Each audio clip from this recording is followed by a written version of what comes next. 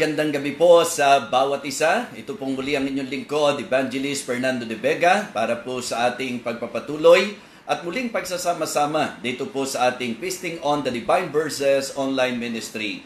Ang mga kasama na po natin ngayong gabi, ang ating pong may mga watch party, ang lahat ng mga nagsishare, bawat isa na nakakapiling po natin sa ating pong gawaing gabi-gabi. Nais po naming sabihin sa inyo na ako po ay nagpupuri sa Diyos at nagpapasalamat sapagkat naniniwala po ako na ito ang kanyang kalooban. So ngayong gabing ito, tayo po ay magbibigay pansin para sa lahat ng mga birthday celebrants. Lahat po ng nagdiriwang ng birthday ngayon. Magiging honest po ako sa inyo, hindi ko po na-check kung sino po ang mga may birthday. Pero may mga ilan po akong natatandaan. Kaya sa lahat ng may birthday ngayon, para safe po tayo, happy birthday po sa inyong lahat. At ang isa na nga po sa nais kong batiin, katulad ng sinabi ko po sa inyo, ang akin pong Ninang Sally. Ano po? Ninang Sally de Vega. Happy birthday po.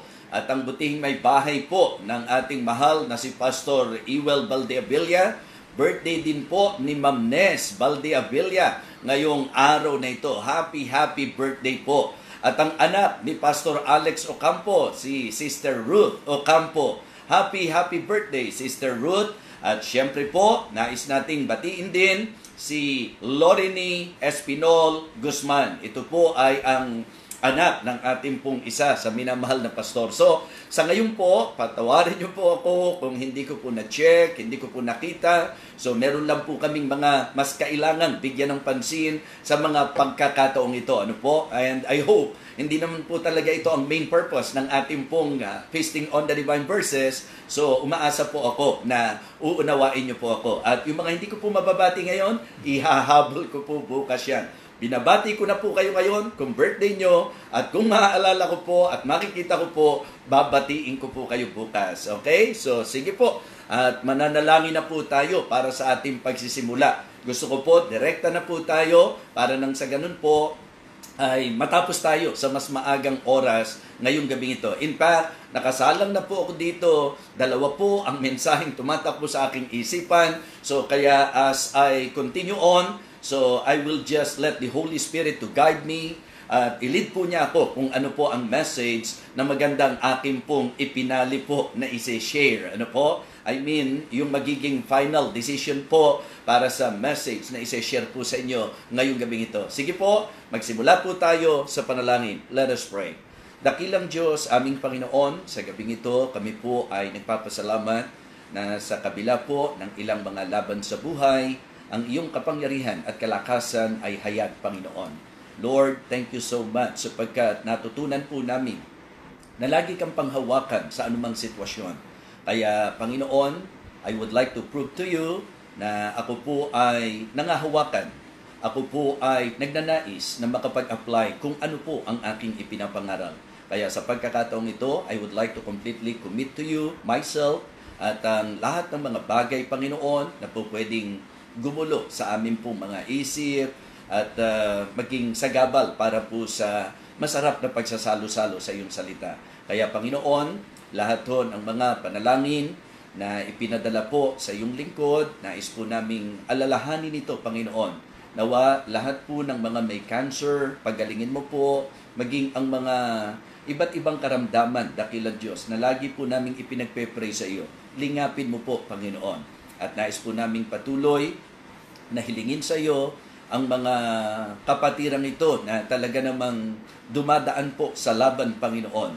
At ang tanging mapangahawakan ay ang iyong biyaya na katulad ng sinabi mo kay Pablo, that your grace is sufficient. Lord, may that grace help them, O God, na kanila pong makayanan ang laban sa kanila pong karamdaman. Ikaw po, dakilang Diyos, ang hiling ko na magbigay pansin po kay Ma'am Alma Cadena, na nawa, Panginoon, palakasin mo po siyang patuloy at nawa completely makarecover po siya sa kanyang naging sakit, Panginoon. At hiling ko rin po si Sister Lori Marcelo, ganun din po si Dr. Lynn Perez, ganun din po si Ninang Maribi, ganun din po dakilang Diyos, sila Grace Bakay, Dr. June Lahom, at ang ilan pa na talagang sa kanila pong labang pisikal, dakilang Diyos, nangangailangan po ng iyong patuloy na kalakasan. Ganon din po si Pastor Rodel, Panginoon, pagalingin mo po siyang patuloy, maging si Marisa, Panginoon, pagalingin mo po siya. Ganon din po, dakilang Diyos, ikaw rin po magbigay ng kagalingan po at lakas para kay Sister Ara. Ganon din po, dakilang Diyos, hiling ko po na ikaw ang siyang magbigay pansin kay Joel A. Miguel, na nawa talagang lubusan po siyang gumaling. At ganon din po si Nanay Seni, at ang ilan pa sa mga lagi hinihiling namin sa iyo.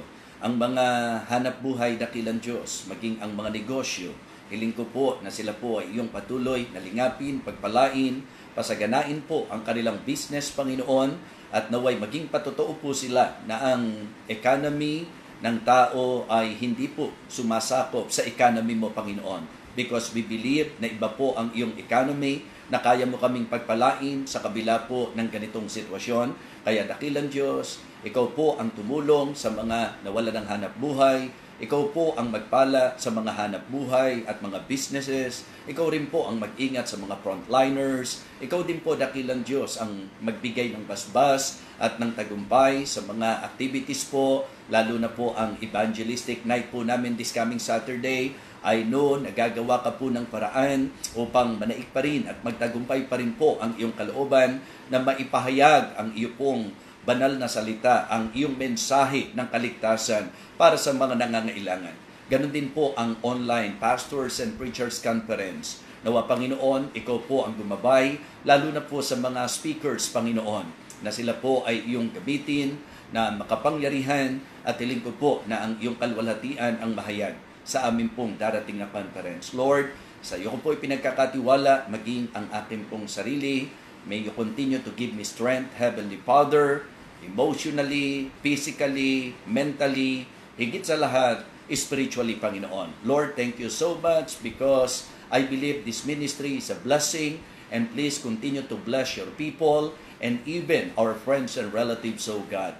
Again, we would like to commit to you this Bible study, O Lord. For all of these things we ask in Christ's most precious name. Amen. Amen. Okay, so meron po tayong pakikinggan, special number, and then after this, ang atin na pong Bible sharing.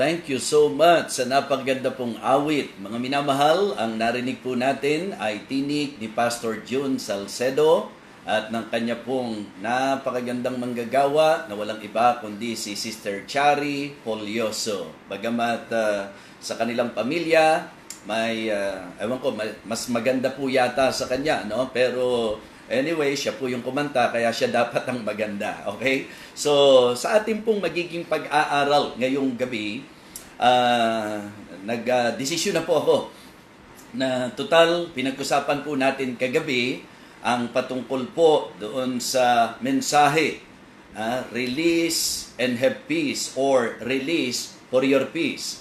Kaya ngayon po, siguro para mas ma-appreciate po natin i-share ko naman sa inyo yung tinatawag nating stress release. Ano? So, stress release, yan po ang ating pag-uusapan. Lagyan natin ng parang part 2, yung tinalakay po natin kagabi. At sana natatandaan nyo pa. Ano po? So, medyo mataas ang aking pong emotion kagabi. Kaya, pati yung kanta ko, hindi ko nakanta ng maayos dahil po sa matinding-matindi po ang emotion ko. Ngayon, kung ipakakanta nyo po sa akin ngayon yan, baka ganun uli mangyari, baka umangat uli ang aking emotion. Kidding aside, every time na naalala ko po yung awit na yan, ang lakas po ng dating sa akin. Sapagkat in the reality of life, masasabi po natin that most of the people, I believe, katulad po ng inyong lingkod, talagang natutunan lang po nating dalhin sa Panginoon ang lahat ng bagay, pero wala pong taong walang pinagdadaanan. Kaya nga, muli po, ipinapaabot ko po ang aking taus-pusong pakikiramay. So, kami po ay namatayan ng pamangkin. Ano po? Si Benigno de Vega Sr. June de Vega rin po ito. At talagang palungkot lang dahil nasa ganitong sitwasyon tayo na hindi po namin siya talaga basta mapupuntahan. Ano po? Pero naniniwala ako na sapat ang biyaya ng Diyos upang tayo po ay aliwin. So kaya ngayon po, alam nyo yung ating pong teksto kagabi. Di po ba? Ito po ay ang Matthew chapter 11, verses 28 to 30. Come unto me, all ye that labor and are heavy laden, and I will give you rest. Take my yoke upon you and learn of me, for I am meek and lowly in heart, and ye shall find rest unto your soul. For my yoke is easy, and my burden is light. Muli po, pagpalain ng Diyos ang pagbasa natin ng kanyang banal na salita. Ang ating pong talatang pinag-aaralan ay ang patungkol sa napakadakilang paanyaya ng ating Panginoong Jesus. And I believe sa panahong ito, marami po ang dapat makaramdam at makapagbigay pansin sa paanyayang ito. Sapagkat ako po ay tumitiyak na sa pagkakataong ito, sa panahong ito, marami na po ang pagod. Marami na po ang masasabi nating bugbog. Ano po? Sa mga kung ano-anong karanasan sa buhay. Marahil po mga kagipitan, marahil po matinding karamdaman, katulad po ng mga pinag-aralan natin kagabi. Ito po ay maaaring mga burdens and problems na napakabigat para sa atin. Ito po ay maaaring physical, di ba? Yung talagang karamdaman, bodily or physically hurt ang bawat o ang ilan sa atin. Katulad ng mga ipinagpe-pray natin. So tapos yung pong battles and pressure na talagang it's really hard. Yung parang hirap na hirap tayo, parang matindi ang laban. Posible po na nandun tayo sa ganong sitwasyon. So I decided na ngayong gabi, atin pong muling bigyang pansin ang usapan patungkol sa release. Ano po? Ng tinatawag nating stress. Ilang bagay po ang gusto kong i-share sa maiksing kaparaanan. Una po, gusto kong ating mabigyang pansin yung causes. Ano po ba ang masasabi nating mga pinanggagalingan ng ating pong stress? Diba? I know na ang bawat isa sa atin makaka-relate dito po sa ating pong pag-uusapan sapagkat wala pong sino man sa atin dito na kung aamin lang, wala pong stress. Ano ho? Marami pong bagay sa mundong ito ang kung papayagan natin, may stress tayo. Maraming mga karanasan, maraming mga sitwasyon, maraming mga posibleng kahit tao mag-cause ng tinatawag nating stress sa bawat isa po sa atin. So, meron pong ilang bagay na gusto ko pong ating pag-usapan ngayon. Kasi, sabi ko nga, yung paanyaya ng Panginoon, ang linaw-linaw na ang tinukoy at ang kanyang inaanyayahan, yung mga napapagal at nabibigatang lubha. Siyempre po, mas maganda, talagang, kumbaga, damhin po natin. Come unto me, all ye that labor and are heavy laden, and I will give you rest. Ito po ay napakaliwanag na imbitasyon. Okay? Ang ating pong teksto is about the invitation of our Lord Jesus Christ. At maganda po, mga minamahal, yung pong intention. Diba? We can see also the intention. Come unto me, all ye that labor and are heavy laden, and I will give you rest. So the reason why the Lord Jesus Christ is inviting us upang tayo raw po ay bigyan ng kapahingahan. Kaya kung i-outline natin, so this is about, number one, an invitation. Paanyaya ng ating Panginoon. Pangalawa, this is about His intention. Upang bigyan daw po tayo ng kapahingahan. At kagabi, niliwanag ko po na ang kapahingahan pinag-uusapan po natin ay hindi po kapahingahan sa simenteryo. Hindi po. Lalo na kung unbeliever po tayo, ang kamatayan sa isang walang katiyakan ng kaligtasan ay walang panahon ng pahinga. Sapagkat ang itinuturo ng Bible, once na ang tao po namatay, nang wala pong tagapagligtas, hindi po nanampalataya sa kaligtasan na ipinagkakaloob ng Panginoon, hindi po nanampalataya sa Panginoong Jesus, ang sabi po ng Bible, he will be tormented day and night. Siya po ay talagang magdurusa, katulad nung nangyari po sa rich man, doon po sa record ng aklat po, na isinulat po ni Lucas, di ba? Na ang sabi po mga kapatid, yun daw pong rich man, talagang nagdilat ng kanyang mata and in hell, he lift up his eyes being in torment. Kaya hindi po pwedeng yung kapahingahan, i-expect natin, sige, lahat naman ito, pagka namatay tayo, mapapahinga na rin tayo. Yun po'y applicable kung ikaw ay Kristiyano. Kung ikaw ay ligtas, sapagkat ang kamatayan sa isang tunay na Kristiyano ay kaaliwan sa piling ng ating Panginoon. Yun po yung difference nung dalawa. Okay? Parehong mamamatay, mahirap at mayaman, pero ang kaibahan po, yung mahirap na nanampalataya sa Panginoon. Kasi yung iba kala nila, kaya napunta sa langit yan kasi mahirap. At yung isa, kaya napunta sa impyerno kasi mayaman. Kaya ang mayayaman talaga sa impyerno pupunta. Walang ganung doktrina sa Bible. Baka malito po tayo kasi sa Bible, sinabi po ng Panginoon na talagang mas mainam pa o mas madali pa sa isang kamelyo ang pumasok sa butas ng karayom kaysa sa isang makasalanan, di ba?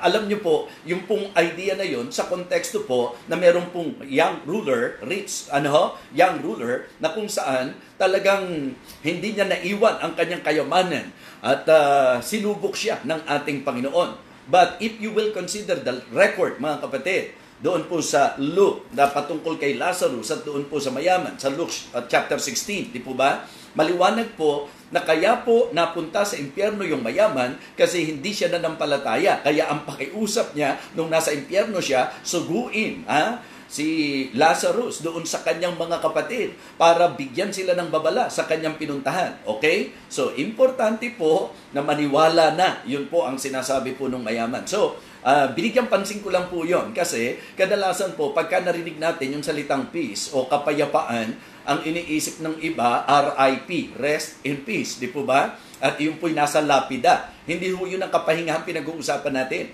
Ang pinag-uusapan natin kapahingahan o kapayapaan o kapanatagan, ito po yung buhay ka, meron kang kapanatagan mula sa ating Panginoon. At ito po ang kanyang intensyon.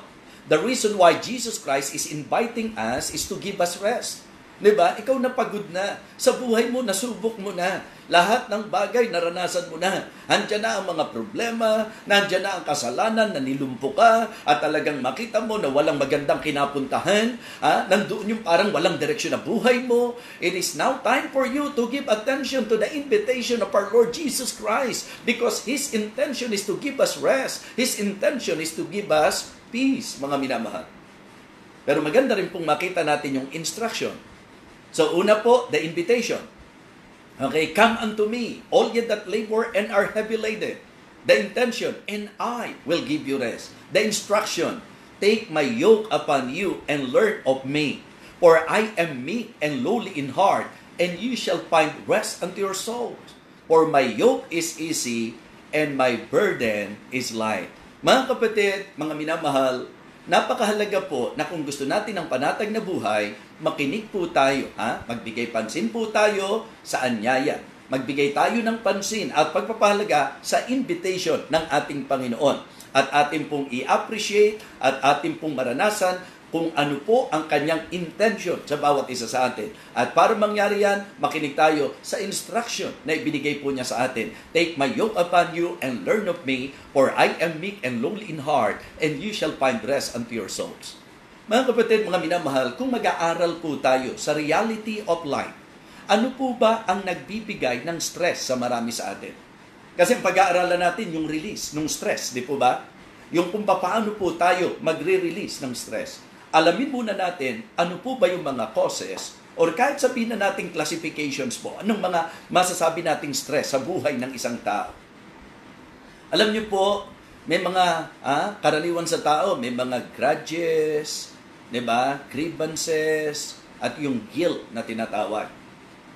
Hindi ba kapag ang isang tao po ay merong guilt, yun po ang dahilan kung bakit stress siya. At ang guilt ay bunga ng kasalanan. Yung guilt ay dahil sa buhay na mali. So kaya ngayon, ito po ang gusto kong tukuyin po sa inyo. Kung tayo po'y nasa maling buhay, kung tayo po ay nasa buhay na nakakapagod, sa buhay na kawalang katiyakan, sa buhay na alam nating lihis sa Diyos, sa buhay na nasa kasalanan, alam niyo po, kaya mai-stress po tayo dahil may dulot na guilt ang kasalanan sa tao. So kaya ang isang bagay na dapat isettle po natin yung guilt na nasa sa atin po, mga minamahal. Napakahalaga na ako at ikaw, tandaan niyo po, kahit Haring David ka pa, si King David, grabe po talagang ang laki ng naging epekto sa kanya. In fact, when he was confronted by Prophet Nathan, at first, gusto pa po niyang ikubli yung kanyang kasalanan. Pero alam niyo po, mga kapatid, palibasa, nandoon ang konviksyon, mga kapatid. Ito pong propeta ng Panginoon, tinukoy po si David. And then, mula noon, inamin po ni David kung gaano katindi ang bigat na dulot ng kanyang kasalanan. Tingnan niyo po ang sabi ng Psalm chapter 51. Psalm chapter 51. Kaya ang isa sa magandang atin pong siyasatin ngayong gabi, sa mga nagpapabigat sa buhay natin, yung nagdadala po sa atin ng matinding stress. Ano po? Isa po sa posible ay ang mga mali o kasalanan o kasamaan sa ating buhay. Kaya yung pong guilt, dapat po maisettle po natin yan. Ang sabi ng verse number 1, Psalm chapter 51, "Have mercy upon me, O God, according to thy loving kindness. According unto the multitude of thy tender mercies, blot out my transgressions. Wash me thoroughly from mine iniquity, and cleanse me from my sin. For I acknowledge my transgressions, and my sin is ever before me." Tingnan nyo po. Yung bang makita nyo at maranasan nyo yung kalagayan na talagang yung mga ginagawa mo, hinahabol ka nito. Hindi po ba? So, yun po, mga kapatid. Kaya sabi niya, "For I acknowledge my transgressions, and my sin is ever before me. Against thee only have I sinned, and done this evil in thy sight, that thou mightest be justified when thou speakest, and be clear when thou judgest. Behold, I was shapen in iniquity, and in sin did my mother conceive me. Behold, thou desirest truth in the inward parts, and in the hidden part thou shalt make me to know wisdom. Purge me with hyssop, and I shall be clean. Wash me, and I shall be whiter than snow. Make me to hear joy and gladness, that the bones which thou hast broken may rejoice. Hide thy face from my sins, and blot out all mine iniquities. Create in me a clean heart, O God, and renew a right spirit within me. Cast me not away from thy presence, and take not thy Holy Spirit from me. Restore unto me the joy of thy salvation, and uphold me with thy free spirit." Yung guilt, alam niyo po, yan ang isa sa mabigat sa buhay ng tao. Diba? Maaring sa pasimula, i-justify po natin yan. Pero hahabulin po tayo nito.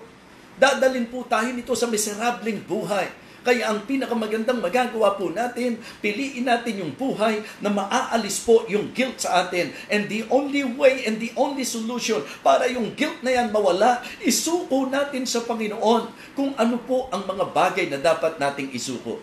Kaibigan, ano pa bang bisyo ang hindi mo nasubukan? Ano pa bang kalayawan sa mundong ito ang hindi mo nasubukan?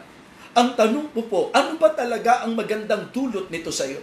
Ano ba talaga ang naging epekto nito sa buhay mo? Pag-uusapan po natin sa second point po natin yung consequences. Ano ang konsekwensya kapag po tayo ay nabubuhay sa stress? Kaya nga stress release ang ating pong pinag-uusapan ngayon. Sapagkat gusto ko po ma-establish po sa atin that the Lord designed your life na talagang sa masayang kalagayan po. Pero hindi po pwede kapag ikaw ay puno ng guilt. Kung meron pong guilt sa ating pong buhay. Okay? Alam niyo po, nakakapangamba kapag tayo po ay walang guilt sa mga lihis na bagay na nagagawa po natin.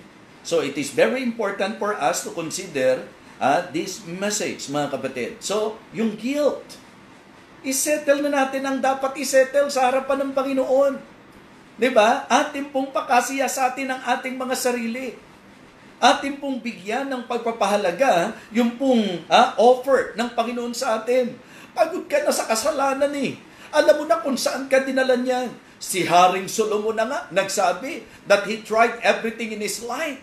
Nung siya po'y nalayo sa Panginoon, sinubok niya ang napakaraming bagay. He tried prosperity. He tried pleasures. He tried power, position, everything. Yung mga prestige, mga kapatid, lahat ng bagay. What Solomon realized is that away from God, everything, lahat ng bagay po, walang kabuluhan ng mga walang kabuluhan. So kaya, ano po ang gugustuhin nating buhay? Yung bang magbibisyo ka ngayon, pagkatapos nun, makapag-iisip-isip ka, and then, o kaya, diba, lululong ka sa sugal, pagkatapos nun, ang laki-laki ng problema mo, samantalang ang sarap-sarap mabuhay nang wala kang alalahanin, at wala kang, di po ba, bit-bit sa puso mo. So, ganun din po, yung mga grievances and grudges. Not only guilt, but also grudges and grievances. Alam niyo po, nakaka-stress din po yan yung kapag puno po tayo ng mga parang, alam niyo, yung grudge, di ba? Yung pong grievances, mga pait ng puso, pait ng kalooban, sama ng loob, galit, puot, di ba? Ang tanong, sasaya ba buhay mo pagka puno ka ng ganyan? Di ba? Pagka puno ka ng gigil, ng galit, ng kapuutan, ng kapaitan, lahat ng bagay niyan, pag-isipan po ninyo, sasaya ba buhay mo kung yan ang nandyan sa kalooban mo? Kung yan ang laman ng puso mo, masaya ba yung ganyang buhay? Mga minamahal, isang bagay na gusto kong makita nyo ng isa sa nakaka-stress, yung mga grudges natin at grievances po natin. Alam nyo, ang sabi po ng Ephesians chapter 4, sulat po ito ni Apostol Pablo. In Ephesians chapter 4, mga minamahal, ito po para sa akin ay napaka-beneficial. Ito po ay napakagandang paalala, napakalaking help sa buhay ng isang tao. Kapag ka natutunan niya na hindi siya mabuhay doon sa tinatawag nating sama ng loob, hindi siya mabuhay doon sa puot, piliin po natin. Kaya nga tinuruan tayo ng Bible eh. Diba? If it be possible, Romans chapter 12, if it be possible as much as lieth in you, live peaceably with all men. Alam niyo po, nung isulat ito ni Apostol Pablo, aware naman po siya na may mga taong makakasakit sa atin. May mga taong magiging unfair sa atin. May mga taong magiging unjust sa kanilang trato sa atin. May mga tao po na marahil po ibibetray ka. May mga tao na marahil po sisirain ka. May mga tao po na ang gugustuhin, mapasama ka. So mga kapatid, sinabi po ito ng Bible in spite of the fact that the Apostle Paul is aware, but the Holy Spirit still, inspired him para po maisulat po itong mensaheng ito. If it be possible as much as lieth in you, live peaceably with all men. Kumbaga po mga kapatid, hanapin ang lahat ng mga posibilidad para tayo po ay may maayos na relasyon sa isa't isa. Tatanong ko po sa inyo, pagka kayo may kagalit, kapag kayo may kasamaan ng loob, kapag kayo po ay may kairingan, di po ba? Kapag po kayo ay mayroong pait sa puso mo, ang tanong, masaya po ba? Masaya po ba? Lagi ko ngang sinasabi, minsan ikaw nagalit, yung kinagagalitan mo, tulog na tulog, naghihilik pa, ikaw nagalit na galit, dahil sa galit mo, hindi ka makatulog, stress ka eh. Hindi po ba? So, kumbaga, ikaw, dahil hindi ka nagpapatawad, ang puso mo, bigat na bigat. At yan po'y meron pong konsekwensya, mga minamahal. And that is the reason why I believe this message is very important, because it is very beneficial for us to apply this message. Stress release. Yung pagpapakawala ng stress, mga kapatid. Yung pag-unload, napakahalaga po nito, mga kapatid. So, tingnan niyo po ang sabi niya, Ephesians chapter 4. Napakaganda po nung pagkakahanay ni Apostol Pablo sa kanya pong isinulat na ito, mga minamahal. Okay? Tingnan nyo po, ang sabi po sa Ephesians chapter 4, alright, verse number 26. Be ye angry and sin not. Let not the sun go down upon your wrath. Dito pa lang po, ang ganda na lang po pwedeng matutunan natin, di po ba? So, meron palang Christ-permitted anger. Pero yung Christ-permitted anger, dapat po, mga minamahal, ito'y correct anger. And sin not. Di ba? Tapos dapat controlled anger. Ang sabi, let not the sun go down upon your wrath. Ang problema po ng marami, pag nagalit, siya na po ang bitbit ng kanyang galit. Kung saan siya dadalhin ng galit, sunod lang po siya. Kung dahil galit siya, mananaksak siya, mananaksak siya. Kung dahil galit siya, magmumura siya, magmumura siya. Yun po ang problema nating tao, di po ba? Pagka tayo po ay nadadala ng ating galit, hindi po yun ang tama. Ang tama po, tayo ang dapat may control sa galit. Hindi tayo ang dapat kinokontrol ng galit. Nakaka-stress po yan, mga minamahal. Okay? So, ang sabi ng verse number 27, okay? Neither give place to the devil. Huwag daw nating bigyan ng pagkakataon ng kahit maliit na puwang ang dyablo. Ang sabi ng verse number 28, let him that stole steal no more, but rather let him labor, working with his hands, and the thing which is good, that he may have to give to him that needeth. Diba? Kumbaga mga kapatid, maliwanag po ito na yung mali, tigilan po natin. Diba? At ang maging takbo ng puso natin, makatulong.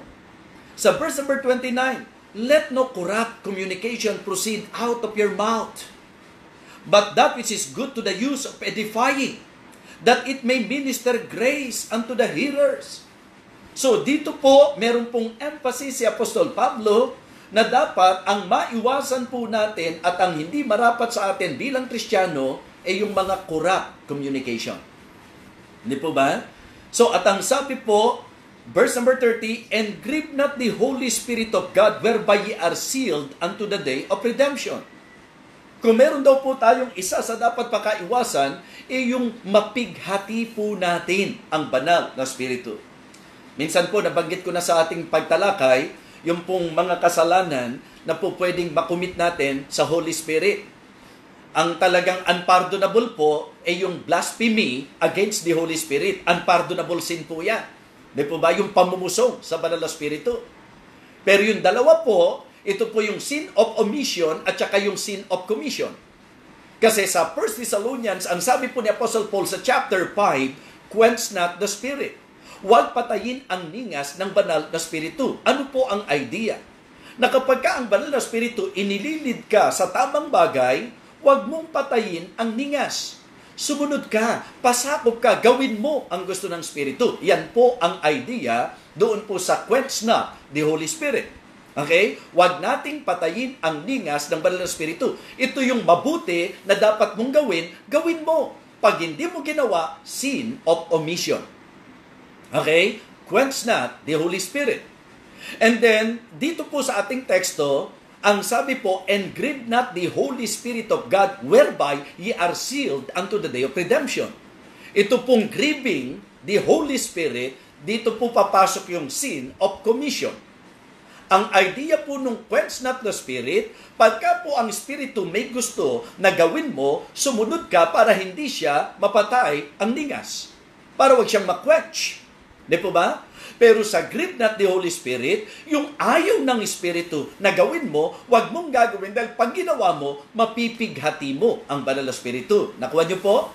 Kasi sin of omission at saka sin of commission ang kasalanang itinuturo po sa Bible. Kaya sa mga kaibigan natin, minsan, di ba, ganito ang mindset natin. Ang takbo ng, basta, ang importante, wala akong ginagawang masama sa kapwa ko. Kaya para sa akin, hindi ako nagkakasala dahil wala akong ginagawang masama sa kapwa ko. Kaso po, nung matutunan po natin ang turo sa Biblia, ang kasalanan po, hindi lang po yung paggawa ng masama. Ang kasalanan po ay yung hindi rin paggawa ng alam mong mabuti. Yan po ang sinasabi po sa James 4:17. And to him that knoweth to do good and doeth it not, to him it is sin. Pag mabuti na hindi mo ginawa, So katulad po nito, tinuturo ng Banal na Espiritu, sinasabi ng Banal na Espiritu kung ano yung hindi dapat. Let no corrupt communication proceed out of your mouth. Let him that stole steal no more. So kapag ka po yan, bawal ng Espiritu ginawa mo, nagigrieve po siya. At sa patuloy na pagpapahayag po niya, verse 30, and grieve not the Holy Spirit of God, whereby ye are sealed unto the day of redemption. Heto po, sa verse number 32, ito ang bawal sa atin. Ang sabi po kasi, let all bitterness and wrath and anger and clamor and evil speaking be put away from you with all malice. Pagka itong mga bagay na ito nasa sa atin, nagigrieve ang Holy Spirit. Pagka may bitterness tayo sa puso, nagigrieve ang Holy Spirit. Kapag ka meron po tayong wrath and anger, nagigrieve ang Holy Spirit. Kapag ka tayo po may clamor, nagigrieve ang Holy Spirit. Kapag ka tayo po ay nagsasalita ng masama, nagigrieve ang Holy Spirit. Kapag ka tayo po ay palaisip ng masama, nagigrieve ang Holy Spirit. So kaya nga sabi ko po, sa usapan ng stress release, kailangan yung mga grudges at saka mga grievances, yung mga kapaitan ng puso, yung bigat ng puso, pakawalan mo yan. Diba? Stress release, mga minamahal. So, meron pong guilt, grudges, and grievances. Ang sabi po, let all bitterness. Ay ako, yung ibang sama ng loob ko, yung ibang mga sakit ng kalooban ko, yung sama ng loob ko, talagang isinuko ko na kay Lord yan. Makinig. Ang sabi po niya rito, let all bitterness. Hindi po pwedeng yung ilan lang. Ang kalooban ng Diyos, let all bitterness and wrath, and anger, and clamor, and evil speaking be put away from you with all malice. Pag inaral niyo po, mga minamahal, yung bitterness na yan, pagka po yan ay pinanatili natin sa puso natin, yan po ay magiging wrath, mga minamahal, hanggang maging anger po yan, na magdadala sa iyo sa clamor, na magiging dahilan para sa evil speaking, at lahat na ng bagay, magkakaroon na ng meaning sa iyo. Di ba? Yan po ang totoong nangyayari. At anong dulot sa nito? Joy? Anong dulot nito sa iyo? Happiness? Anong dulot nito sa iyo? Payapang buhay? Hindi ba? Pagka ang tao may bitterness, ano po? Stress na stress. Di ba? Makita ko palang mukha niya. Makita ko palang mukha. Di ba? Yung gigil mo palang eh. Matinding-matindi na ang epekto nito sa iyo eh. Mga minamahal, tatandaan po natin na ang Diyos ang dapat masunod sa buhay natin. At huwag natin pighatiin ang Banal na Espiritu. Napipighati ang Banal na Espiritu kapag may kapaitan ka, kapag may kapuotan ka, kapag ikaw ay talagang mapagsalita ng masama at mapag-isip ng masama. Mga kapatid, mga Kristiyano, yan po ang mga bagay na dapat nating tiyakin sa buhay po natin. Yung pong classifications and causes, nung pong tinatawag nating stress, ayan po, mga minamahal. Kapag ang isang tao may guilt, isa yan sa nakaka-stress. Kapag yung tao may grudges, hindi po ba? At grievances, nakaka-stress po yan, mga minamahal. Kaya nga ang sabi po, mga minamahal, sa iyong pamumuhay, para maganda takbo mo, para maganda ang direksyon mo, para maayos ang lakad mo, ang buhay mo, ano ang sabi ng Hebrews chapter 12, mga minamahal? Sa Hebrews chapter 12, ang ganda po ng binanggit dito ng writer. Ito po ay alam na ng maraming Kristiyano. Pero hanggang ngayon, maraming mga Kristiyano nag-harbor pa rin, at nag-aalaga pa rin ng mga bagay na nakaka-stress at nagpapabigat sa puso. Ang sabi po ng verse number 1, Hebrews chapter 12, wherefore seeing we also are compassed about with so great a cloud of witnesses, let us lay aside every weight and the sin which doth so easily beset us, and let us run with patience the race that is set before us. So sinabi po kung ano po ang maidudulot sa atin ng weight at nung sin. Diba? Lay aside every weight and the sin which doth so easily beset us. Kaya nga sabi ko po, nakakapigil sa masayang buhay yung meron kang mga bigat sa puso mo. Yung meron kang maraming alalahanin sa puso mo. Mga minamahal, atin pong bigyang pansin ang mensaheng ito. Diba? Na dapat i-release po natin yan. Okay, para ma-realize nyo na dapat i-release yung stress na yan, mga minamahal, let us consider the consequences. Pag pinag-usapan po, itatanong ko po sa inyo, Kahit hindi na tayo mag-aral ng malalim, sa reality of life na lang, ano ang nakikita natin na nagiging konsekwensya o nagiging masamang dulot, yung epekto po ng stress sa buhay ng tao. Minsan kapag ka-stress ka, pati yung mga taong walang kinalaman, dinaramay natin, di po ba? So, yun po eh. Mga minamahal, alam nyo po ba na ang isa sa naaapektuhan nito, heart? Kaya ang dulot nito sa atin, di ba, problema sa puso. Pag hindi po natin na-control, pag hindi natin na-contain, kapag hindi po natin nabigyan ng tinatawag nating proper care, mga kapatid, ang puso natin at mabubuhay ka na puro stress, titiyakin ko po sa inyo, isa sa maapektuhan, heart. Yes. Di ba? So, at ang epekto niyan, headache. Tama po? Sa madaling salita, malaki ang epekto nito sa ating health, sa ating pong kalusugan. Yes. Tatandaan niyo po yan, na talagang kapag pinag-usapan po natin ang stress, ang isang matinding naaapektuhan po niyan ay ang ating pong tinatawag nating kalusugan. Diba? Our heart, our health, mga kapatid. Sa usapan ng heart, isama nyo na po yung spiritual dyan. Diba? Diba pagka tayo po medyo stress, kapag tayo po ay apektado, kapag tayo po ay kontrolado, kapag tayo po ay nasa ilalim ng kapangyarihan, ng mga kabalisahan, alalahanin, problema, bigat, kapaitan, kapuotan, lahat na po na binanggit po dito. Mga kapatid, hindi ba ang epekto nito? Minsan, nagiging negative ka sa Diyos. Diba? So, pati yung relationship natin, naapektuhan. Our relationship with God, relationship natin sa kapwa-tao natin, di po ba? Sa lahat na po yan, ikutan po natin. So mga kapatid, sa ngayon po, ang isa sa napakaraming masasabi nating problema ng tao ay stress-related. Yeah, stress-related, mga minamahal. Kasi kapag po sineryoso natin masyado at binigyan natin ng talagang masasabi nating emphasis, ito po ay po pwedeng magdala sa tao sa depression. Di po ba? Nervous breakdown, anxiety. Yan po yung mga posibleng mga direksyong pinupuntahan po ng stress eh. Kaya nga napakalaking bagay po na pinag-aralan natin kagabi. Di ba? Release and have peace. Release for your peace. Di ba?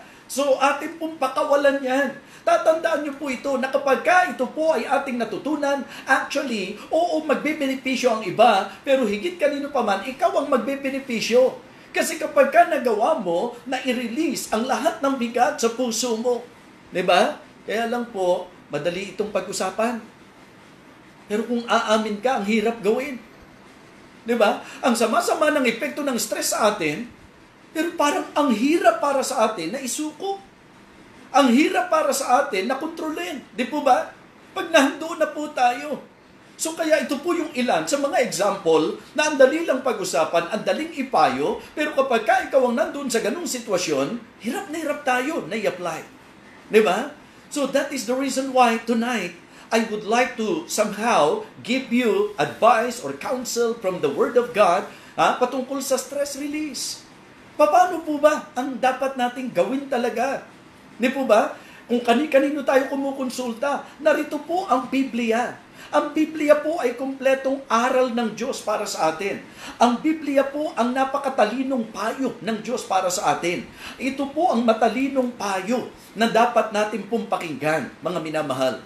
So, akin pong nais na paalalahanan ng bawat isa sa atin. Nais ko po na humarap tayo sa totoo. Diba? Bakit ang galit? Hindi maganda ang naidudulot sa tao, pero bakit may mga tao na parang enjoy na kung saan po nagpapaalipin sa galit? Yung pag gustong pagtagalin sa puso ko, hindi basta galit ako sa kanya, kahit anong mangyari, hindi ko nakakalimutan ang ginawa niya. Diba? Ang pinarurusahan mo sarili mo. Makita mo pa lang, apektado ka na. Di po ba? So kaya nga, napakaganda na ating pong bigyang pansin yung counsel ng Panginoon. At dito po mga kapatid, balikan muna natin. Bago ko po ibigay sa inyo, ang pinaka-main po natin dyan, patungkol po sa tinatawag po nating, sa ating pong cure. Hindi po ba? Yung cure. Ano ang ating pong magiging lunas para sa stress, mga kapatid. Paano natin malulunasan ang stress sa buhay po natin? Yung bang hindi tayo madaig ng mga alalahanin, hindi tayo madaig ng puot at kadalasan po, kaya naman tayo nagkakaroon ng grudges at saka mga grievances. Dahil sa ang pakiramdam natin, unjust or unfair treatment. Ano ho? Yung bang para sa atin, hindi parehas yung ginawa sa atin.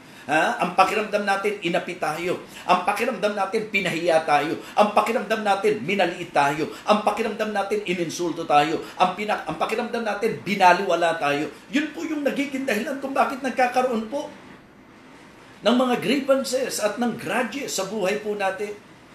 Ano po ang sabi? Let all bitterness and wrath and anger and clamor and evil speaking be put away from you with all malice. Tingnan nyo po, pagka inaalagaan po natin yan, di ba? Kung saan-saan ka dinadala ng isip mo. Di ba? Nangiti lang, meron ka ng ibig sabihin. Nabibigyan mo na kaagad ng negatibong interpretasyon. Alam nga namang may bitterness ka, magiging positive ang interpretasyon mo. Siyempre po, kapag ka ang nasa loob mo, bitterness. Pagka ang nasa loob ng puso mo, galit, puot. Kapag ka ang nasa loob ng puso mo, yung mga hinanakit at sama ng loob. Di ba? Lalabas, lahat ng gagawin niya, hindi po pwedeng bibigyan mo ng positibong kahulugan. Di ba? That is for sure.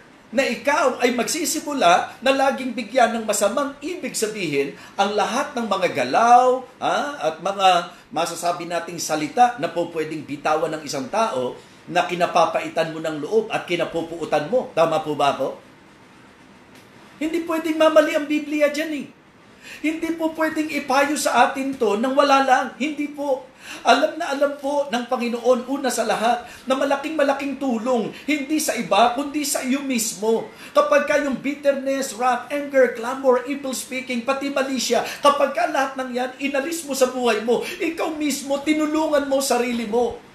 Kasi hindi rin naman masaya na lagi ka na lang may kapaitan. Hindi naman talaga masaya na lagi ka na lang pong puot. Hindi ba? Lagi na lang pong galit ka. At lagi na lang pong, di ba, ang gusto mo, pagsalitaan ng masama yung taong kinapupuutan mo. At ikaw din ang apektado kapag ka laging may interpretasyon kang hindi maganda sa sinabi o ipinakikita ng tao na siyang masasabi nating sentro ng iyong galit, puot. Mga minamahal, anong gagawin natin? Palalagpasin ba natin? Babaliwalain ba yung ginawa sa atin? Ganun na lang ba yun? Mga kapatid, yun siguro po pwede nating sabihin kung wala ka sa Diyos eh. Pero kung nasa Diyos ka, hindi ba kawalan ng tiwala sa Diyos yan? Na hindi mo kayang panghawakan na yung sinabi ng Diyos, ako ang gaganti? Hindi ba? Ang Diyos ang nagsabi dyan eh. Tatandaan nyo po, na kung tayong ama sa lupa, ayaw nating agrabyado anak natin, titiyakin ko sa inyo, na lalong hindi papayag ang ama natin sa langit na agrabyado tayo. Hindi po. Kaya sa usaping tao, sabi niya, mapapalad. Yung mga naaapi, di ba? Kasi ganun tayo, tanaw natin, kaapihan, dahil yan ang trato ng mundo sa atin. Hindi. Ang sabi ng Diyos, hindi ka malas. Ang sabi ng Diyos, hindi ka kawawa. Ang sabi ng Diyos, mapalad. Hindi po ba? Bakit sinabi ng Diyos na mapalad? Kasi mga kapatid, nandyan siya. Di ba? So, nandyan ang Panginoon. Kaya nga sabi ko po, if the believer will just apply, if all believers will apply, kung ano po yung sinasabi ng Romans chapter 12. Mga kapatid, maniniwala kayo, paniwalaan nyo po ito napakagaan ng magiging dating ng buhay. Kasi matututo kang magparaya sa Diyos eh. Di po ba? Napakakawalan mo yan. Di ba? Hika dito. Tingnan mo akong may pait ng puso, tingnan mo, bumibilis ang tempo ng puso ko. Talagang tumataas ang blood pressure ko eh. Isipin nyo po yun. Pati dugo mo na pe-pressure, di ba? So, do not allow that to happen. May Diyos tayo. May makatarungang Diyos tayo. May matuwid na Diyos tayo. May mapagmahal na Diyos tayo. May mapagmalasakit na Diyos tayo. Hindi niya papabayaan ang anak niya. Ganun na lang. Hindi po. Ito pong sinasabi niya, let all bitterness and wrath and anger and clamor and evil speaking be put away from you with all malice. Hindi niya kaya sinabi yan para lugi ka. Hindi niya sinabi yan para talo ka. Hindi niya sinabi yan para kawawa ka. Ang alam niya kasi, pag diyan ka na buhay, kawawa ka. Pag diyan ka na buhay, talo ka. Pag diyan ka na buhay, lumpo ka. Iyan ang nakikita ng Panginoon. Kaya ang sabi niya, ganito ang gawin niyo. Lahat yan, alisin ninyo. Sa verse 32, and be ye kind one to another, tender-hearted, forgiving one another, even as God for Christ's sake hath forgiven you. Ang hirap naman pong gawin yan kung ikaw.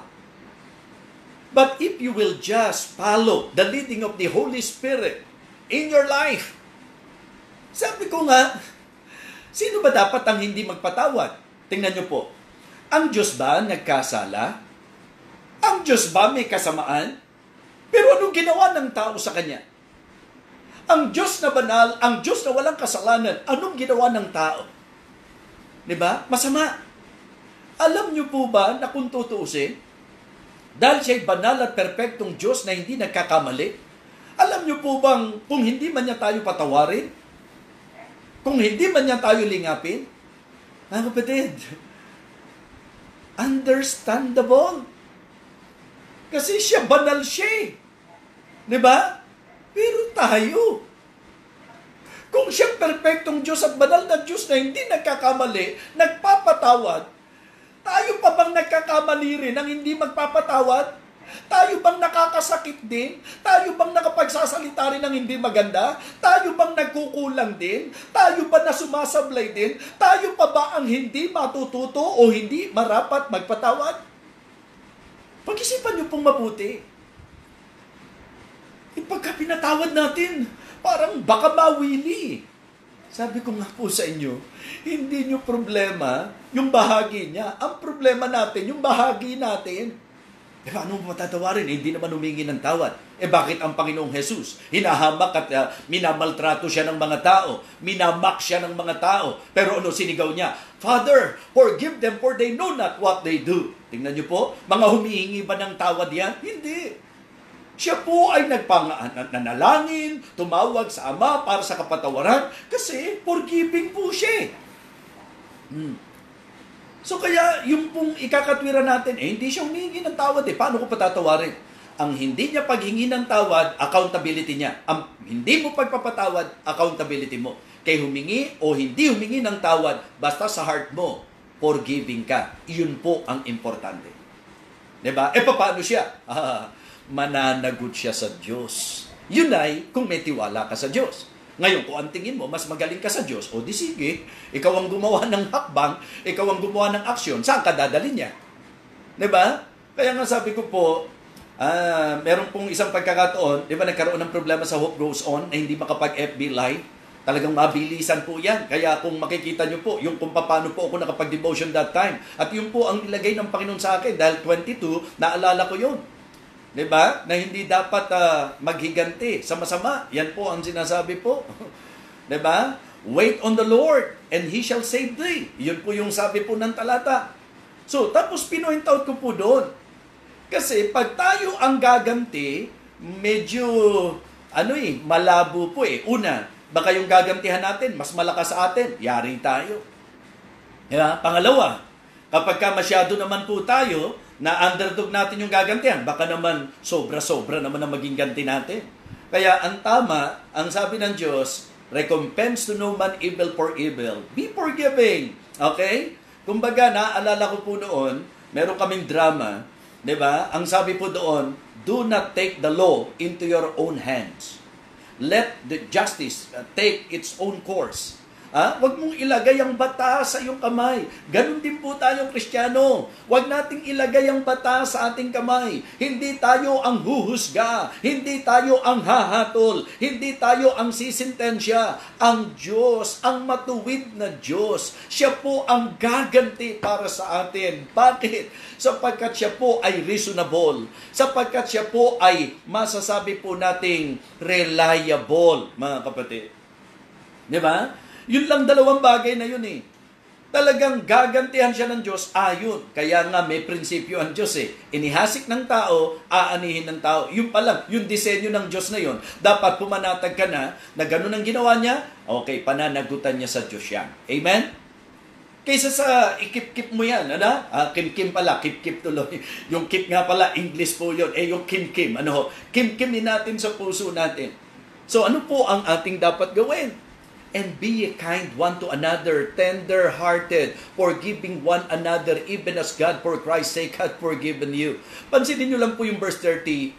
Ang sabi ng verse 31, let all bitterness and wrath and anger and clamor and evil speaking be put away from you with all malice. Pag tinignan nyo po yung pinaka-gradual po nito, pagka pinabayaan ng bitterness, magiging wrath, magiging anger, hanggang sa magkaroon ng clamor, tapos magsasalita na po ng masasama, at lahat ng bagay may kahulugan na pag pinabayaan niya. Ito naman po, tingnan natin yung positibo naman. And be ye kind one to another. Pagka ikaw ay may mabuting kalooban, di ba? If you are kind, malambot ang puso mo, magiging malambot ang puso mo, di ba? At kung malambot ang puso mo, magiging forgiving ka. And be ye kind one to another, tender-hearted, forgiving one another. So, ang pagiging forgiving ay pagpapakita ng tender heart, ng malambot na puso. At ang pagkakaroon ng malambot na puso ay pagpapakita ng kindness. Kaya, and be ye kind one to another, tender-hearted, forgiving one another. Kaya kapag hindi nagpapatawad, ano sinasabi natin? Grabe, ang tigas ng puso nito. Di ba? Ang tigas ng puso nito. Grabe talaga. Mukhang hindi na talaga mababago yung kalooban niya. Matindi na talaga yung puot sa kalooban niya. Matigas ang puso. Di ba? Yung mga ganon, di bali sana kung sila hindi nagkakasala at hindi nagkakamali. Kaya ako, mahihiya akong hindi magpatawad eh. Bakit? Palpak din ako eh.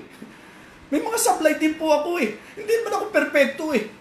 Kaya ako, kahit mas bata sa akin, kaya kong humingi ng tawad kung mali po ako, kung nagkasala ako. Diba? At ako po, ang katwiran ko, ba't hindi ako magpapatawad? Ako pumapalpak din, ako sumasablay din, ako nagkukulang din, ako nagkakamali din. Hindi po ba? Ngayon, pakiramdam ko, sobrang inaapi ako, yun ang pagkakataon lalo na ipakita ko, Diyos, ikaw naman ang nakakakita sa Kanya. Panginoon, alam ko na kung paanong ipinangako mo sa akin. So yun po yun.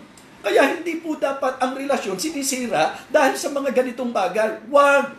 Makaka-stress ng husto sa atin po yan. Stress release po ang pinag-uusapan natin at ang cure, mga minamahal. Ito man ay guilt, ito man ay grievances or grudges, ang pinaka-cure, mga minamahal. Alam niyo kung ano? Una, confess to God. Diba? Confess. Kaysa nabubuhay ka sa guilt na yan. Diba? Kaysa lagi kang nandunoon na lang talaga na parang inaalipin ka niyan. Mangumpisal ka na sa Diyos. Katulad ng ginawa ni David. Have mercy on me, O God. Have mercy on me. Against thee only have I sinned and done this evil in thy sight. Huwag nating pabayaan na tayo po ay kalagkarin po ng mga pagkakamali na yan. At yung guilt na yan, panatilihin natin sa buhay natin. Hindi sasaya ang buhay mo. Makaka-apekto ka sa iba at walang mangyayaring maganda sa iyo. So you better settle that. Stress release. Anong stress release? Confession. Confession. Diba? And then cry. Iiyak mo lang. Bigat na bigat ka eh. Diba? Bigat na bigat ka. Sabi ko nga po sa inyo, kaya medyo emotional ako eh. Kasi nakita ko eh, may point po.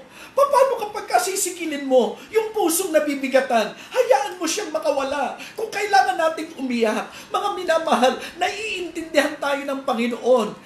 Kung may mga pagkakataon, na bigat ka na talaga, hindi mo kaya ang pakiramdam mo, talagang parang sasabog ka. Imbis na sumabog ka, ibuga mo yan, ihinga mo yan, i-release mo yan, i-confess mo sa Panginoon yan, iiyak mo sa Panginoon yan. At kahit hindi ka na magsalita, luha mo pa lang, alam at nababasa na ng Panginoon. Kaya ito po yung magandang pagkakataon for us to learn this very important lesson sa buhay po natin. Diba? Kaya yung iyak, hindi po masama yan, mga minamahal. Sige lang, iiyak mo lang kung nakakagaan sa iyo. Pero kung may iiyakan po tayo, let us cry on the Lord. Diba? Cry unto God. Sa Panginoon tayo. Sa Panginoon tayo lumapit.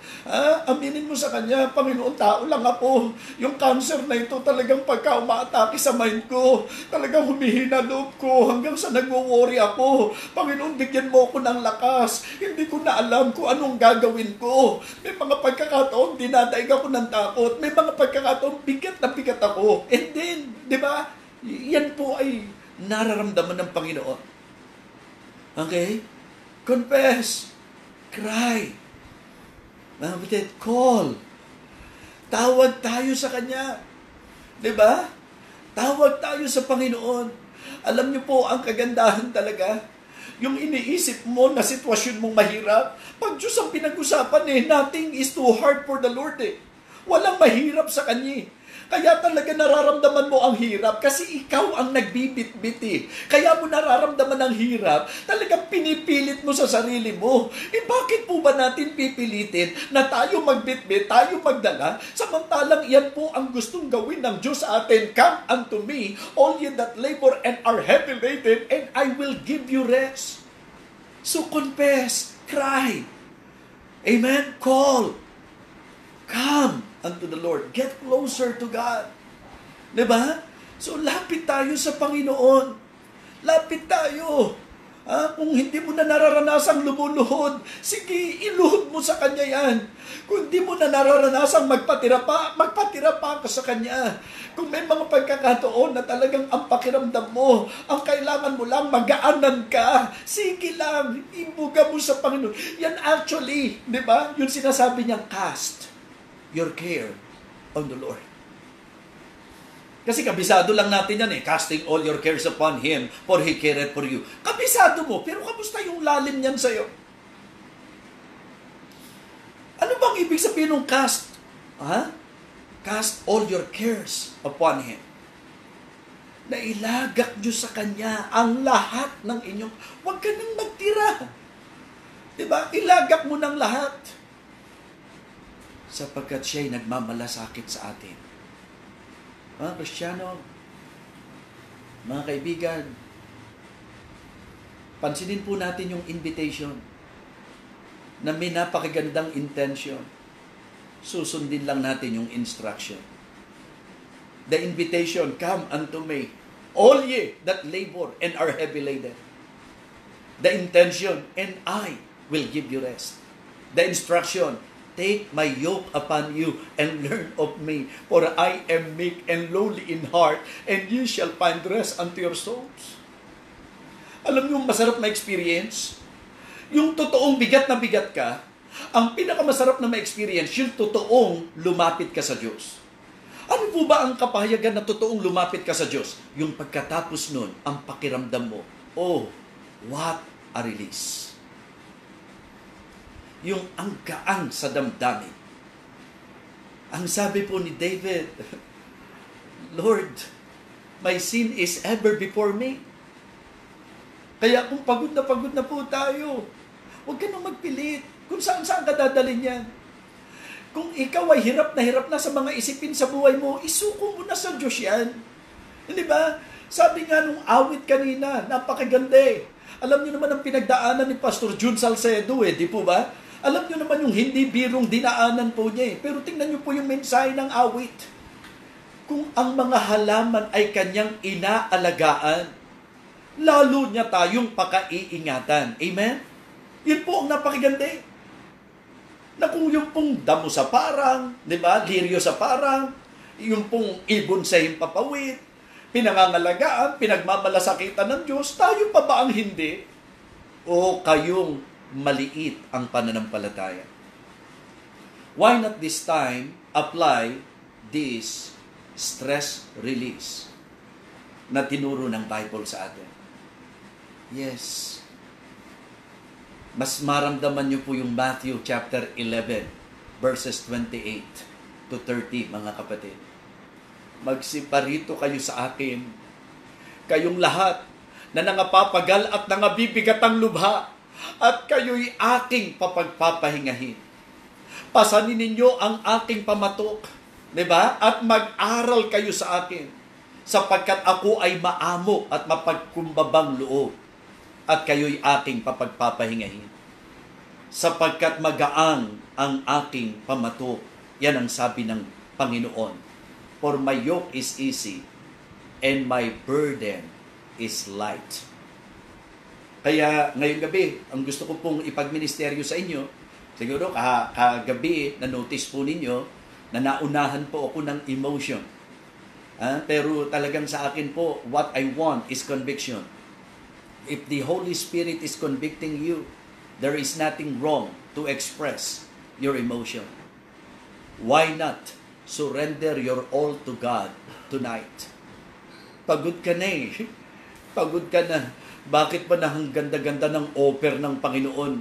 Pipiliin mo pa ang buhay na pagod, buhay na walang katiyakan, buhay na puno ng alalahanin, buhay na bigat, samantalang may Diyos na nagsasabi, kayo'y aking papagpapahingahin.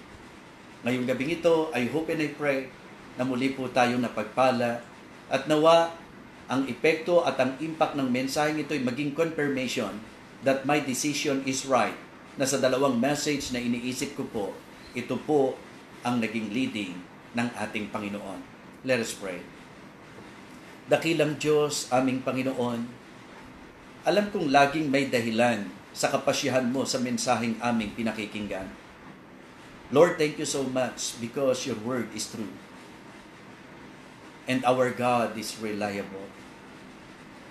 Lord, thank you so much for talking to us tonight. Thank you for this very beneficial message, O God. Lord, I pray na maging mababa po kami sa harapan.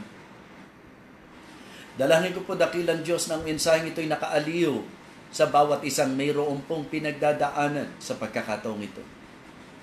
Nawa ito po ay nagbigay ng lakas, ng loob, dakilang Diyos, sa mga humaharap sa mabigat na laban sa buhay. At kung sino man po na mayroon pong guilt, nawa makita nila na ang solution is confession. Nawa kung meron po kaming mga kabigatan, nawa nakita namin na ang solution is to cast all our cares on you, O God. Nawa, Panginoon, kung talagang kami po'y nasasaktan, na-realize namin that we can cry. Pwede kaming umiyak, dakilang Diyos sa iyo. Tumahawag sa iyo, Panginoon. At salamat, dakilang Diyos. Nawa ang bawat isa na-realize na ang pinakasusi ng lahat ay ang bigyang pansin po namin ng iyong paanyaya. Nawa, Panginoon, lumapit kami sa iyo. Thank you so much, Heavenly Father. Igawad mo po ang iyong basbas at ang iyong pagpapala sa bawat isa po sa amin. At hiling ko po, Panginoon, pagalingin mo po ang mga may karamdaman. Hiling ko po, dakilang Diyos, bigyang kagaangan mo po ang may kabigatan. Hiling ko po, Panginoon, bigyan mo po ng kapanatagan at kapayapaan ang may mga kaguluhan. Panginoon, ang meron pong mga problema, lapatan mo po ng solusyon, dakilang Diyos. Lord, thank you so much. Ikaw po ang aming pinupuri sa iyong naging paggawa at naging pagkilo sa matagumpay na Bible study ngayong gabing ito. Sa pangalan po ng aming Panginoong Jesus, ito po ang aming panalangin. Amen. Amen. Okay, so mga kapatid, mga minamahal, muli po, maraming salamat. Huwag niyo pong kakalimutan, this coming Saturday, please pray hard na talagang maituloy po ang ating evangelistic night. Mag-watch party po kayo, mag-share po kayo, mag-invite po kayo para tayo po ay maging teamwork, maging team sa ating pong pagpapalaganap ng mensahe ng Panginoon. Sa ating pong last Saturday activity, sumuporta po tayo, online Pastors and Preachers Conference po natin. Muli po, magandang gabi sa inyong lahat. Pagpalain po tayo ng ating Panginoon Diyos.